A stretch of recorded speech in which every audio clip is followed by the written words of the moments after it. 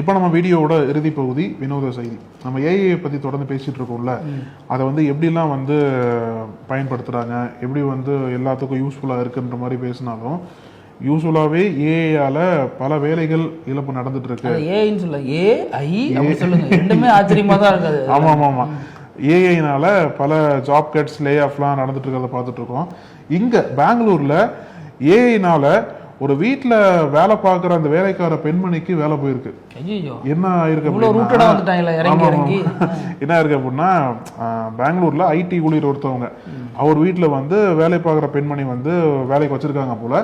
அவர் இல்லாத நேரமா பார்த்து அவங்களை கண்காணிக்கிறதுக்காண்டி ஏஐயால் உருவாக்கப்பட்ட ஒரு கேமரா, ஏஐ ரூம்மேட்னு சொல்றாங்க, அதை அந்த மாதிரி ஒரு இன்ஸ்டால் பண்ணி வச்சிருக்காரு போல.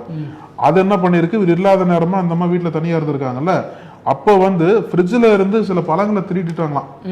யார் உள்ளான்னு சொல்லிட்டு ஃப்ரிட்ஜில் இருந்து பழத்தை எடுப்போம்னு சொல்லி திருடிட்டாங்க போல் இருக்கு. அதான் அந்த திருடின அந்த காட்சிகள்லாம் அந்த ஏஐ வந்து அப்படியே இப்போ கேட்ச் பண்ணி இவருக்கு போட்டு கொடுத்துருச்சு போல. இந்த மாதிரி திருடிட்டாங்க, நீங்க இல்லாத பணம் திருடிட்டாங்கன்னு சொல்லிட்டு.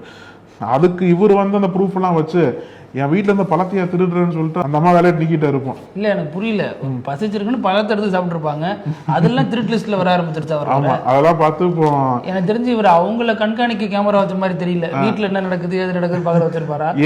ஏஐனால யாருக்கெல்லாம் வேலை போகுது பாருங்க. அது இது ஒரு பெருமையா வேற எடுத்து போடுறாருன்னா அவர் என்னன்னு சொல்றது, ஒரு பழம் தானே தின்னுருக்காங்க. இல்ல டெக்னாலஜி ப்ரோமோட் பண்றாரா இல்ல வந்து என்ன சொல்ல வர்றாருன்னு தெரியல. டெக்னாலஜி எவ்வளவு டேட்டாவை திருடுது தெரியுமா, அது ஏஐ சொல்லுமா. ஒரு பழத்தை திருடினதா பாவம். பேசலாம் அழகு. மீண்டும் பல செய்திகளோடு சந்திப்போம். நன்றி. தொடர்ந்து பேசலாம். நன்றி.